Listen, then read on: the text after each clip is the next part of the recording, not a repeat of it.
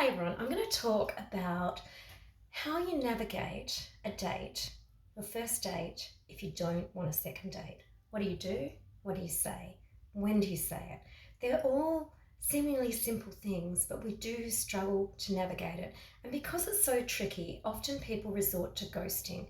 And I want to give you a better way of going about it than ghosting, okay? And I know that sometimes this space can be particularly tricky for guys to work out the difference from a girl being nice to them and the girl wanting to see them again. And I have guys tell me all the time, oh my God, we got on so well. I thought that it was working. I'm surprised she said no to me. Now, girls think a little bit differently. We can get on with a lot of people, but whether you can imagine being in a relationship, kissing someone, being with someone is a different space. Often that comes down to chemistry, that intangible spark, that unknown substance of why we like some people and not others. And that's a subject for a whole different video altogether, which I will cover. So, often this stuff isn't personal, and there can be dates where you go on where you absolutely know that you're hitting it off and you can ask for a date there and then on the spot. But those occasions is rare. That's why I recommend asking the question by text afterwards, because a lot of girls will say yes and then change their mind afterwards because you're putting them on the spot. Now, why do they do that? Now, as a girl, we value safety and we have to think about safety because it kind of is a difficult world for us sometimes. And what does happen with all of this ghosting and dating apps and guys not getting success, there's a lot of guys who feel quite angry about stuff. And when they're rejected, their default reaction can be anger.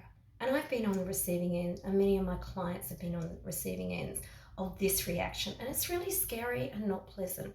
And that's why we tend to want to do it after the date, because we feel much safer.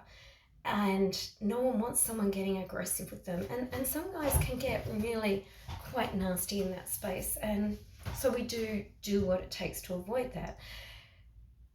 The next reason is, I'm a fan of telling people what's not working. So there can be times where you don't have chemistry, but there's times where they've just, I don't know, told you too much information in a word vomit, or, definite things that they're doing that if they didn't do, you might have considered it, but that's another video.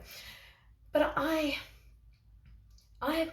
in my past, when I was dating, remember a time where I went on this date with this guy, and it started off bad from some of the things he said. He told me he was under investigation, which isn't such a good start to the date. And then he had such a mismatch of values to my values that I just couldn't date him. And for that reason, I said no. And he literally argued with me and told me I was wrong for that being a deal breaker, which, you know what, I know my own mind, and to be argued with. But he didn't just leave it there on the date. He continued to harass me afterwards and tell me why I was missing out on a good catch. And it really wasn't about him. It was just we really had this huge mismatch of values. So that's the reason why I recommend doing it after the date. So if you want to say no to someone, how can you do it without ghosting? Really simply, I'd recommend, this is the message I would recommend you send. Hi Fred, I had a really good time tonight. I enjoyed your company, but I just don't feel like we've got enough spark or chemistry to take it to the next level. I wish you all the luck in the future. Take care. I really enjoyed the night. Now, that's such a better way than ghosting someone, because they're left in no doubt.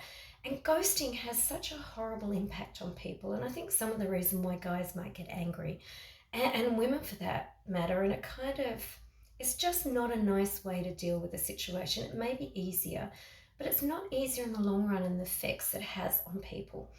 And one story I'd like to tell to encourage you not to ghost is you never know when you might come across the person you've ghosted. And there was a story in one of the newspapers where a girl had ghosted her interviewer when she was going for a job. So you literally never know when you're going to come across people.